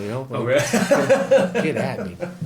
Yeah, but so it's not what drives everyone. But if you do something, especially at like a higher level, you want a little restitution from it. But like in jiu-jitsu, like you get broken bones and shattered dreams. That's what you get from jiu-jitsu, But once your dreams are shattered and your bones are healed, you can go and teach a seminar for $85 a head and work for 2-3 hours and make a good chunk of change. Yeah, I mean, it's definitely I think that's one of the things you should be doing. Like if this is a part of the lifestyle, absolutely, that's what at least for me, what it boils down to is I don't want to have this knowledge and just hope one day that I don't have to use it.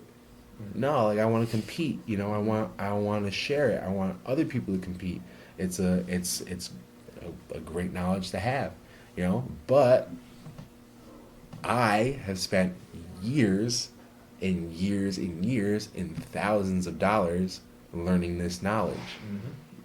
I don't necessarily want to just give it away, and not to say that I haven't, because I do all the time. I love to give it, and I don't care if you have money or not. You want to learn something, hit me up. But if I can make a couple bucks from it, and it's something that I love to enjoy, to do, and something I know anyway, hell yeah. And it's like you get special knowledge, I think, by competing and conducting yourself the way you have, to where it's like you have something. You're not going to get this anywhere else. This is like Ben Dixon, styly of how I do this and that. Like when I was in competition, I did this. This is how I did it. I'm going to show you the dark arts here. Like, absolutely, I got tons of flashy tricks and things like that. That if that stuff wasn't kind of fostered here, and I didn't have that type of experience in competitions and things like that, I wouldn't be able to offer that to people. I wouldn't be able to even like really offer that to myself because my I always use this analogy. I call it the ice cream analogy. We won't talk about what it's from because it's from my dad, and he's a vulgar guy. Love you, Dad. But one day he's asking me, the conversation came about, and I was like, yeah, I'm really committed to this one thing. And he's like, have you ever had pistachio ice cream? And I was like, what? No, I've never had pistachio ice cream. He's like, so how can you be, he's like, you don't even know what kind of ice cream you like. All right, he's like, so how can you be committed to this one thing if you've never tried anything else? Mm-hmm. You know. I see what So you're saying. yeah. So that's I try and joke around. I have a lot of analogies. I talk about my dad all the time. But when I teach and things like that, I always talk about the ice cream analogy. You know, like don't be afraid to try it because if you've never tried pistachio ice cream, you're either in for a pleasant surprise or That's exactly what you thought it was. yeah, or exactly it's going to be pistachio ice cream. You know. So it and that answer is literally personal. You'll have no clue until you try it. Yeah. You know? And, actually, a friend of mine, one of my best friends, also told me, which, this could be the ice cream analogy part two, is that even if you don't like pistachio ice cream that day you try it again next year. For real. Try it again the year after that. You Keep never trying know. it, and you never know. Because all of a sudden, one day you might try and be like, oh my God, all those other ones were bad, but this pistachio ice cream is actually better than anything else I've ever had in my life. Or even though, like, I just like it. I've never had pistachio. I haven't had pistachio ice cream in years. You know, this is a pleasant surprise. Mm-hmm. You know, whatever. It doesn't matter. But yeah, like the ice cream analogy. You know, if you ever had pistachio ice cream, you don't say that, 'cause you don't even know what kind of ice cream you like. Because you haven't tried them all. How do you? Yeah, you how can't can say that. How can you say? Yeah, you're right. All you can say is, well, I only like this, this, and this. Yeah. Yeah, you're right. And that's different. That's the meanings are the specificity of both of those is specific. It's super specific. But it's right because I was getting ice cream the other day and I look at it because I like green, so I'm like, well, that's mint chocolate chip. I'm like, that looks really like dark. Usually it's a little lighter. Mm-hmm. I'm like, man, that looks good. And then I'm like, pistachio. Oh God, what? Right? Yeah. It's green. Why would it be green? Yeah. And it looks strange. I'm gonna try it next even the time. sound of it. Yeah. Yo, I like pistachio ice cream. Sweet and savory, a I'm little gonna bit let of you know salty. what I think Let of me it. know, man. Let me know. Let me know what you think of pistachio ice cream. It'll be like end up being like my favorite kind of ice cream now. Hey, and you never know. You know. I'm gonna try it. Heck yeah. Awesome. Well, we're about an hour and a half in. I think you have to kind of teach soon, don't you? Yeah. Usually do the kids class at about 4:00. Oh, okay, so we have a little time. Yeah. left. Awesome. So, what did you think?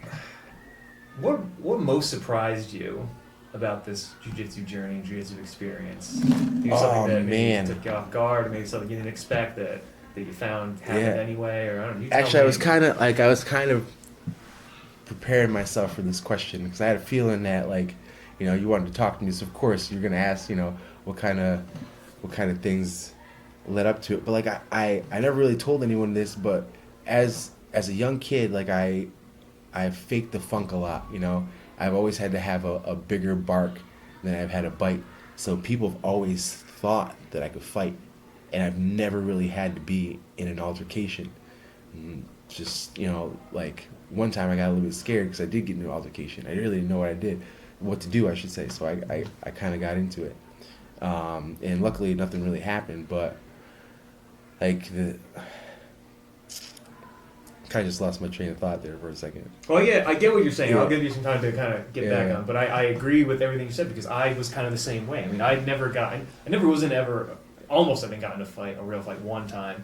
And it was kind of terrifying. It exposed me to a side where I was really vulnerable and really I don't know, not I guess inadequate because it's not like if you don't know how to fight you're not a good person or something. Just if I didn't like it and I felt so I knew that part of me existed and it gave me insecurities.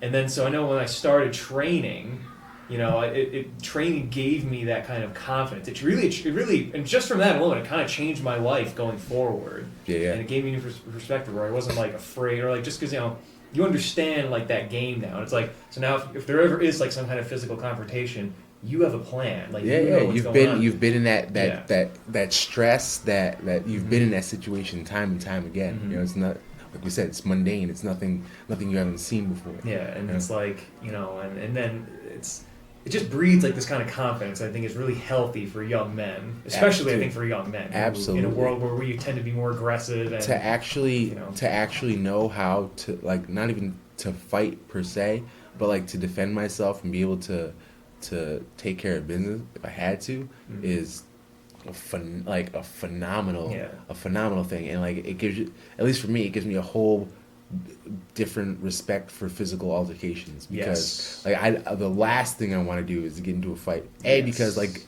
God knows what can happen. B, like, I don't want to be fighting anyone anyway.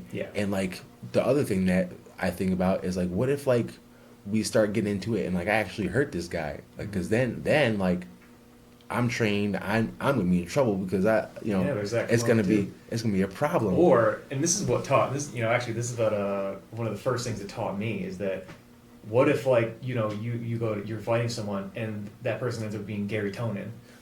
It's like you never know who you're fighting. Seriously, It's like this guy could just be like, he could be a great guy, maybe he just was really drunk. He could be world champion. Like he could be. There's like, oh, I know jiu-jitsu, I'm cool. But this guy could be like a professional. Not a joke. And you can't assume in jiu-jitsu, man. Yeah, you really can't. I remember, was I saying, I think it was about Matt. I remember thinking like, man, if I ever saw Matt like in a bar or something, and I had a bunch of drinks, I'd be like, oh, my shoulder's a little bit bigger than his, I think a little bit. I could probably take him.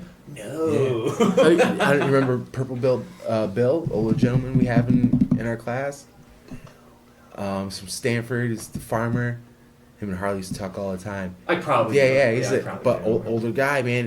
Bill, yes. Dude, oh my God, yes. Yeah. You see Bill walking down the street in street clothes. Yo, some young college punk one day is gonna run up on Bill and get handed his ass. Yeah. He's gonna grab him. He's going, what the? Yeah, exactly. What is this? This is the Terminator. Yeah, it's a problem, But because you can't assume, Mm-hmm.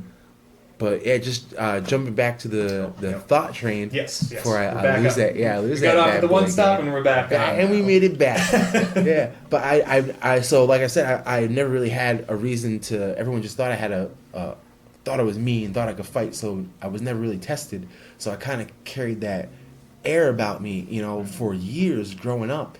And then like I said, got into a couple physical altercations. It just kind of scared me that, like, holy crap, like I really don't know what the heck I'm doing. So like I never really got, like I said, never the MMA thing and with Dom and what it was like. I was forced to perform well, and if I didn't perform well, like everything that happened in my life was bullshit. Yeah, more or less. So I had to create the character that I've created. Wow. So to speak, This is deep. So it's really wild how, if I think back and oh yeah, I could fight, I could do it, and I didn't know what the hell I'm doing. I don't know. And even thinking a couple years ago to what I know now, like I still didn't know what the hell I was doing a couple of years ago, and now it's a different game. But it's wild for me to think of how the pressure of being exposed, I guess, or not really being a fighter, actually developed me into a fighter, because I gave myself no other choice. Like if I couldn't perform, then, like I said, it's gonna be for naught. Like everyone's gonna be like, oh well, you can't fight. So I had no clue if I could actually perform jiu-jitsu. I had no clue whether I could fight or I can do MMA. But when I got into it, I knew I had to give it my all. I knew that I had to be super determined and not let up. I knew that if I had to be faster than a guy, then I would have to be faster than him. It's just, it's like backing a cat into a corner, and every time I got backed into a corner, it made me a bigger cat and a bigger cat and a bigger cat. And now I don't have to worry about the corner anymore. I'd say you're at a good point now. Yeah. No one's gonna. Nobody puts baby in the corner. Yeah, so it's like I said, it was kind of weird how I grew up trying to be like, oh yeah, I'll fuck you up, and then like I'll run behind someone else and they'll take care of it. And oh, you see what Ben did? Yeah, I was there. I did that. Right? But no, he wasn't there. Whatever. But now like it kind of like the pressure pot, if you will, kind of just created that diamond. Really kind of forged me into what I am today. And even as great as I think I am, as great as you guys think I am, I'm still I'm garbage compared to some of these people. Stop. But like for this area, I'm pretty good. You know, we got damn solid jujitsu around here, and Agreed. I'm super proud of that, and super grateful for even the bad situations that I had in my life. Because if everything didn't align the way it did, I wouldn't be where I am.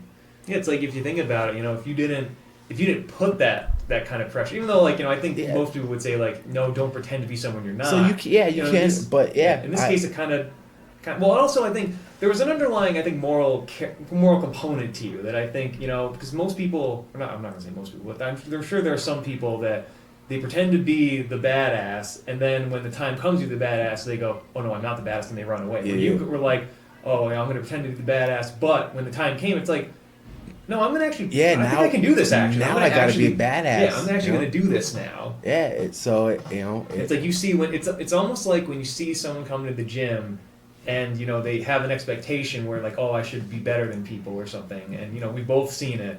And they come in and they expect down, and then they're getting choked out, they're getting armbarred, they're getting destroyed. Yeah. And it's like you see that moment where it's like, yeah, I'll be back tomorrow, okay? You never see him again. No. And it's a tragedy because that's essentially it's the ego, the fight with the self. For real, man. Yeah. Where who you think you are doesn't match up who you really are in the real world. And it's like Jiu-Jitsu was saying, we can make this happen, but you have to drop the ego. Absolutely. And jiu-jitsu and fighting, whatever, life in general, it's crazy how sometimes until you actually know, like if you don't know, you don't know. But like until you don't know how to fight, whatever, and like you put so much emphasis on being a badass, being tough and whatever, and then like you learn how to fight, you learn how to whatever, do MMA, whatever, and then being a badass is like it's stupid. People who are trying to be a badass, you're like, what? Yeah, no one really why is are you like doing that? Hang out with like a badass. Who cares? Like you're just scared. Like don't be scared. Just come to jiu-jitsu. That's actually the perfect way to put it. It's you're just stop being scared. Yeah, of stuff. Don't be scared. It's like it doesn't. It's not like Billy Green said. People don't want to hang around. They want to they want to be around good people. They want to be around a person. They don't want to be around a badass. Hey, how's it going today, Steve? Oh, good. I fucking kicked 3 people's ass yesterday. That's what I'm talking hey, about. all right, let's go chew on beer bottles. Yeah. Like let's open them with our teeth. Yeah, well, where do we go from there? How do I capture your interest now? You just told me you destroyed 3 people. I wouldn't even want to be friends with someone if my only friendship with them was because they were like a badass. I wouldn't be like. It's a lot of pressure for me because then I'm not a badass. So. What do I have to offer you? Yeah, it's just trying to this thought experience. Yeah, that's kind of weird. That's just trying to be the popular kid's friend just because. Yeah, that's how it goes. Yeah, but it's interesting that you kind of expect to see this among younger kids, like middle school, high school, maybe even elementary school, but like you do kind of see this bleed out into like the adult world where people kind of haven't dealt with their insufficiencies and inadequacies, and they. Rather than really confront them or be real about it, like, hey, let's say, if jiu-jitsu isn't for you, and it's not for everybody, I guess. But back to that, I said earlier, like I talk a lot about my dad. My dad used to tell me, there's everyone will get humbled in some point in their life. Mm-hmm. Some people get humbled younger in life. Some people get humbled older in life, and people who don't experience that moment of humbleness. Mm-hmm. They, sometimes they have a bad attitude, and they live with that bad attitude until they get humbled, until they realize that, that bad attitude isn't the way to go. No, that's perfectly said, actually. Yeah, that's perfectly and beautifully said, honestly. I was lucky to be humbled at a young age, and between my life experiences and I can't say that I grew up like, in a bad situation, but it wasn't it wasn't the absolute greatest, but once again, it forged me into the person who I am today. And some people who grew up the way I did took the opposite road, and they use their life experiences as excuses and what do you things think like about that. Like, what do you? Because I don't. I've often thought about that. Where one of my math teachers in high school told me a really interesting story that stuck with me. He said that he had a friend. He had a twin brother, and I think that identical twins, where they're like genetically exactly the same, whatever. Two boys, tragic, lived a really rough life. Their father ended up killing their mother in front of them. They were hiding in the closet, the cracked door open. Well, obviously long time ago. It's still horrible. And obviously, both of them were very traumatized by that. Of course. He said one of them went on to, run their own business. Obviously dealt with it. Ran their own business, got married, had kids, had this beautiful wife, and was, really blossoming. And the other one got into drugs and kind of went down the dark path. And anytime someone tried to help him, he would say, "Listen, you don't know what I went through. You don't understand so you cannot judge me. Like, you don't know what I've been through." And it's not like they were criticizing him or anything. They were like trying to help him, saying, "Listen, what you're doing isn't the right way. Like, there's a better way with this. Let us help you." And you reject it and use this as the club. And as someone, as you're saying, you've had some challenges in your life that you say you've seen people experience similar things and move on a different path. Yeah, what are your thoughts on that? It's the blanket of comfort, man. Once you get comfortable, and whether it's in a bad situation or a good situation, comfort is comfort. So even if you're in a bad situation and you feel comfortable, you're not gonna move. It's almost human nature to be comfortable. And once you find that comfort, you don't want it to change. It's hard to change the status quo because it's comfort. Maybe it's not horrible, but it's consistent. It's the same. We're here. We're comfortable. And so, but with that being said, change is a scary thing. Whether it's for good, for bad, or whatever, because you don't know. And the fear of the unknown is usually what. So I find people who, I can't say I find my beliefs on people who use excuse. I had such a hard life.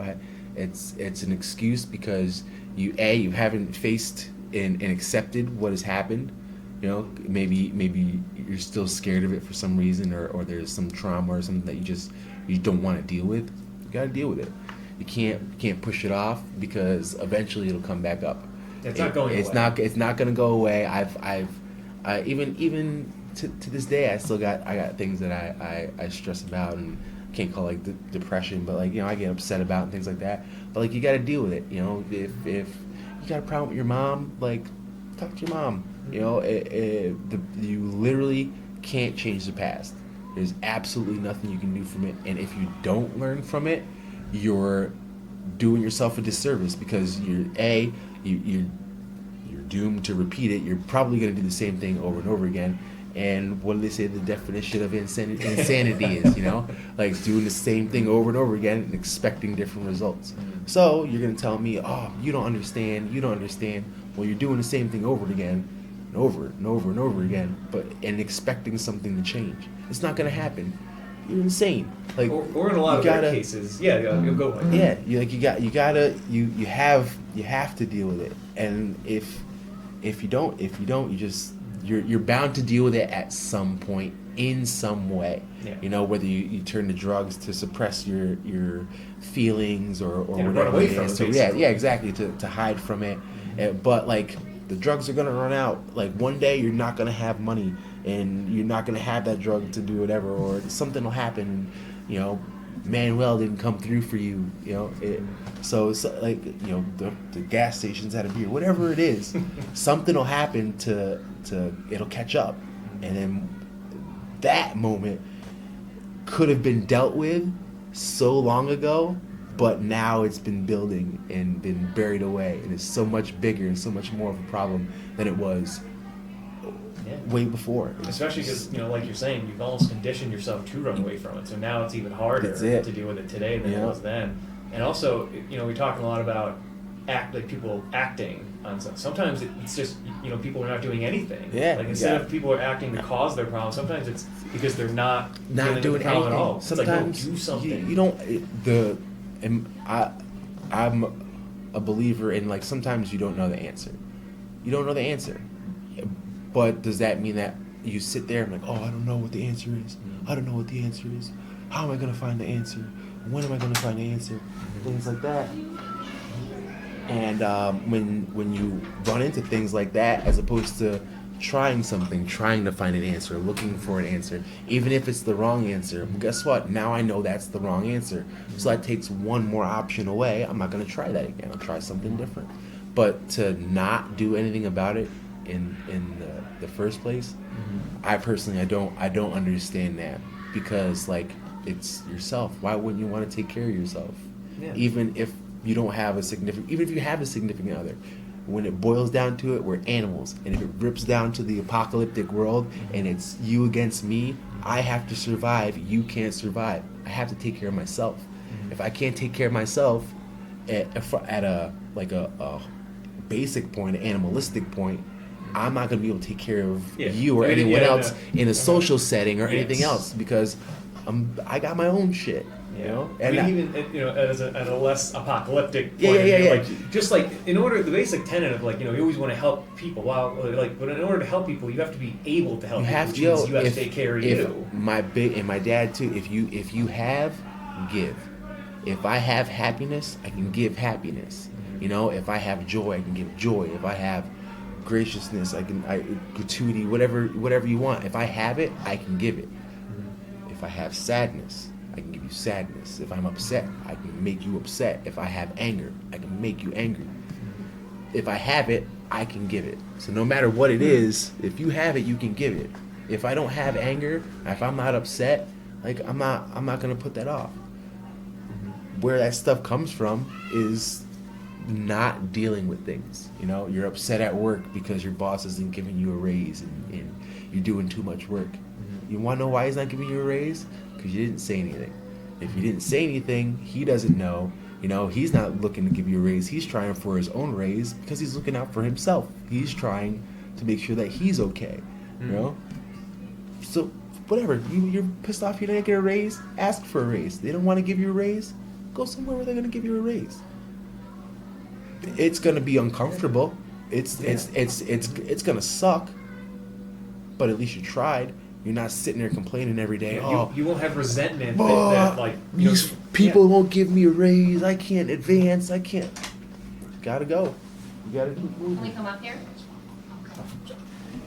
We've got to wrap this up. A couple more questions. Hey, no problem.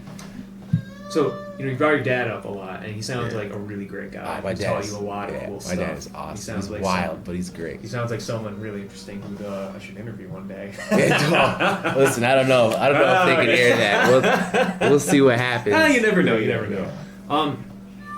What was my final question for you? Oh, I was just going to say that everything we're just talking about here now, the idea just came to me that I listen to a lot of Jordan Peterson. It almost sounds like you're sounding very Jordan Peterson-esque to me. I don't know if you listen to him or not. No. But either way, this idea that, if I can summarize him to the best I can, that character is developed through kind of suffering. Like, you're never going to know who you are until you put yourself to the test, really. If everything was good all the time, like, we would be robots. It would all be the same. Nothing would ever change. There'd be no emotion. Everything would be good. So what is there to be happy about? There's nothing to compare to. There's no perspective. Yeah, there's no up. There's no down. It's just the same. You know what's going to happen. You know what to expect. It's whatever. It's the spice of life. It what makes, you can't call it interesting, because sometimes interesting is fucking horrible. Yes. So it's what makes life what it is. And at the end of the day, it's all about how you handle it, what you do with it, what you do with the cards you're given. Sometimes you're not given the greatest cards, but if you work that hand, sometimes you can catch that flush. You know what I'm saying? Hey, thanks so much for coming on, Ben. No problem, man. Thank you for having me. Great to have you on. Doing a great thing. Do it again sometime. Oh, thank you so much. Do it again sometime. All right, see you again.